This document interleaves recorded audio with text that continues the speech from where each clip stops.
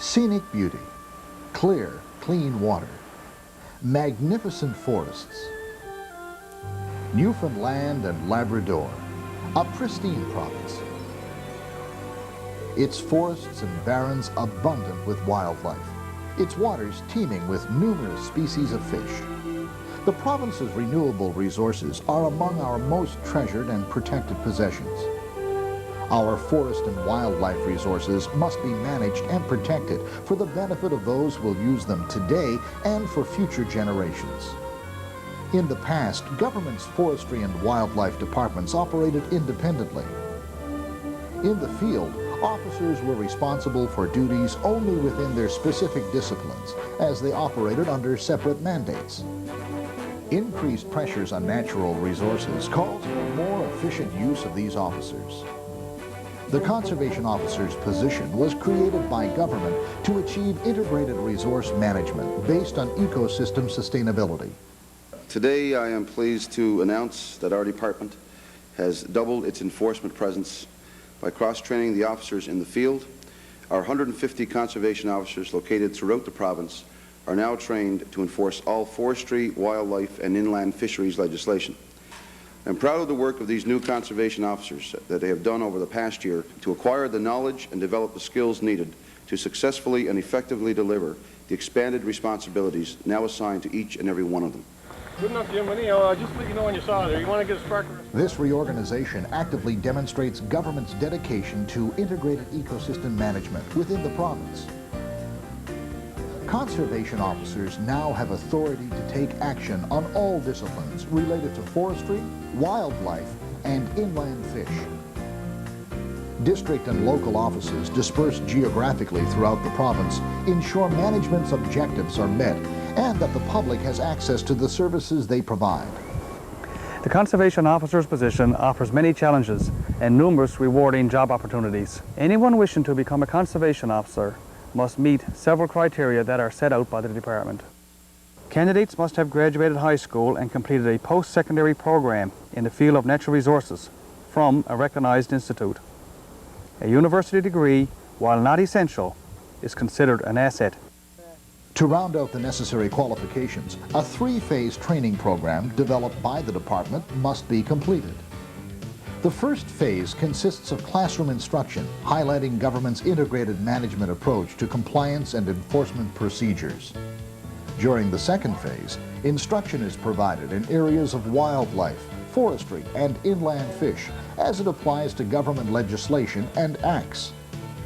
For compliance within the Forestry Act, training includes timber cutting, timber royalty, forest roads, sawmill operations, timber scaling, forest fire regulations.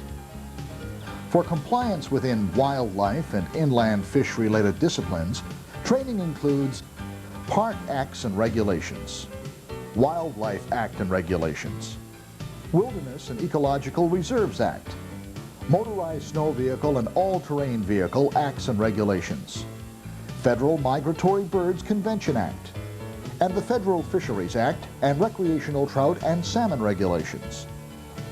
Officers presently working in the field often attend these sessions to keep updated on the department's current procedures and mandates. Additional training is provided in specialized areas such as animal control and undercover operations. Finally, instruction is given in self-defense techniques and other safety-related issues. Officers are taught to handle confrontational situations with violators in a safe and effective manner. Grasp the thumb. The cuffs are loaded, ready to go on. Bang, first cuff goes on. Then you turn over the wrist, you take the second hand, and you put the second. The officer's first line of defense is to use tact and discretion to defuse the situation before it becomes confrontational. If the situation should escalate to the point where officers are forced to defend themselves, there are certain pieces of equipment that we can use as a last resort. This is a conservation officer's duty belt. As you can see, there are a number of pieces of equipment on it. For self-defense purposes, officers are equipped with hinge-type handcuffs. These give a little extra control of an individual once he's been arrested or detained. Additionally, officers are equipped with pepper spray. Pepper spray contains a biological ingredient which basically can render an individual incapacitated in a very short time. Officers are also equipped with collapsible batons. They're short and easy to carry in the pouch on the duty belt, but telescope to approximately 26 inches, which give officers a greater ability to defend themselves. Once the intensive training program is completed, conservation officers become involved in duties which fall under 4 main categories. These include scientific research and operational activities related to wildlife, forestry, and inland fish, animal control, compliance and enforcement, public relations and education. In the area of scientific research and operational activities, officers undertake technical duties under the direction of department foresters and biologists. Conservation officers participate in aerial census to establish the population of caribou and moose. This census enables the department to determine the number of hunting licenses to be issued for the following year. Crown lands applications and other government permits affecting the use of forest lands or wildlife habitat are investigated to assess their potential impact on the ecosystem. Prior to cutting permits being issued, aerial surveys are sometimes conducted in addition to the ground survey. These surveys determine the boundaries of a cutting block and assist officers in estimating the volume and value of wood in a specific area. Surveys are often conducted to establish the amount of wood used by domestic cutters. These utilization surveys help conservation officers determine the amount and size of timber removed during harvesting operations. The information obtained from surveys and census work, combined with global positioning data, is sent to head.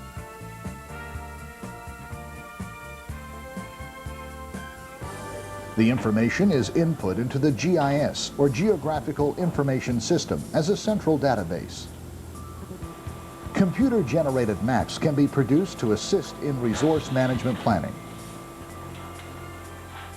Conservation officers are involved in the planning and monitoring of forest access road construction and maintenance. These roads provide access to wood supplies and recreation areas. Access roads that are no longer needed are decommissioned. Conservation officers monitor this activity as part of ecosystem management and environmental protection.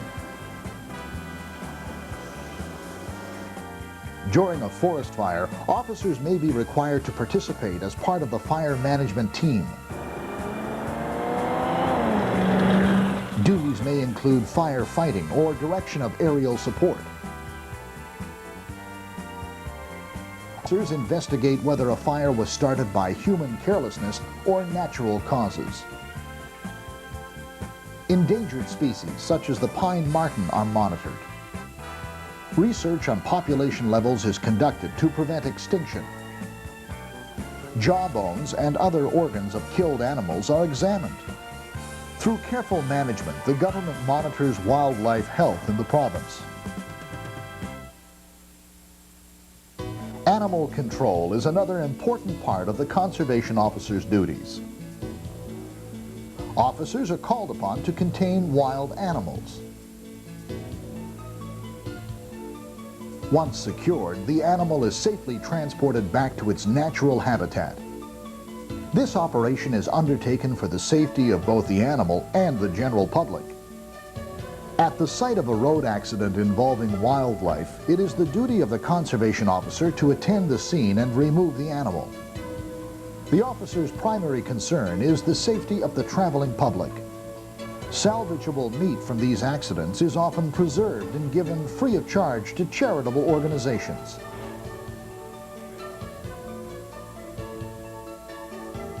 Compliance or enforcement of the department's legislation and regulations is one of the conservation officer's more important duties. Work performed under this category consists of 4 main areas. These include field work, investigations, office duties, and court attendance. During field work, officers use many methods of transportation in the performance of their duties. The pickup truck is the primary mode of transportation. It affords officers access to most areas, including the province's numerous back roads. Aircraft provide valuable transportation for all areas of work for the conservation officer. It assists officers to perform their duties in both research and compliance. It allows them to reach the most remote parts of the province. Canoes provide access to areas that can only be reached by inland waters. Power boats afford officers the opportunity to conduct duties in coastal areas and larger freshwater lakes. He does that and he goes down for a while, right? Snowmobiles and ATVs are used to access remote areas of the province throughout the year. In Labrador, conservation officers must be sensitive to hunting and fishing activities of those who may be Aboriginal. During patrols, officers liaison with the people of the area to ascertain their identity and as part of ongoing public relations. Good afternoon, sir. Are you hunting today? Yes, I was out looking for a few partridge. Could I see your licensed outdoor card, please? Sure. Put it right here.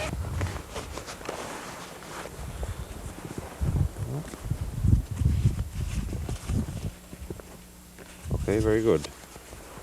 I want to check your firearm now, please. Go ahead.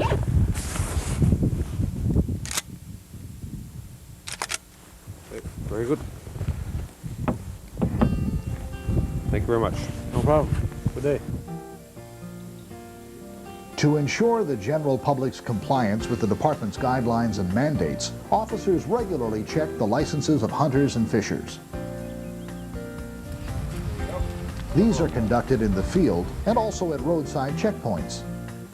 Sawmill operations, as well as domestic and commercial cutting, are inspected to ensure compliance of the department's regulations. Thinning and planting programs are monitored and supervised to maintain the province's silviculture guidelines. Officers ensure that workers comply with fire regulations and related legislation. Compliance and enforcement involve the investigation of unlawful activity. The public's assistance and cooperation is important to the conservation officer. The public is encouraged to report any unlawful activity, such as poaching and illegal cutting of wood. Reports about unlawful activity are often received through an anonymous phone call. Acting on these reports and complaints, investigations are conducted. Investigations are not only conducted during the day. Officers often work late into the evening. Covert or undercover operations are sometimes undertaken as part of an investigation. These operations can result in warrants being obtained. Subsequently, legal searches of homes and property are often conducted. Items used during the commission of an offense are seized, evidence collected, and charges laid in court.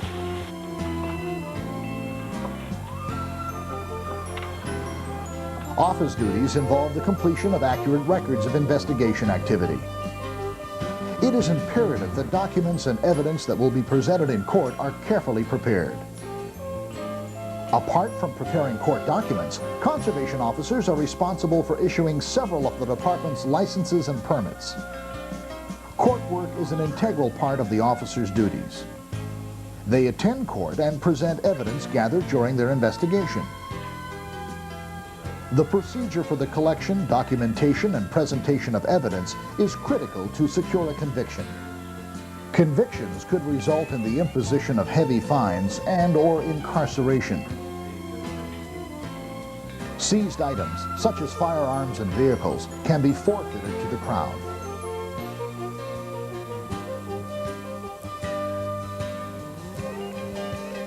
Public relations and education is a vital component of the conservation officer's duties. They often liaison with the business community, stakeholders, and the general public. Officers make presentations to local schools and community groups to provide information about the department. This affords officers the opportunity to respond to public concerns and inquiries.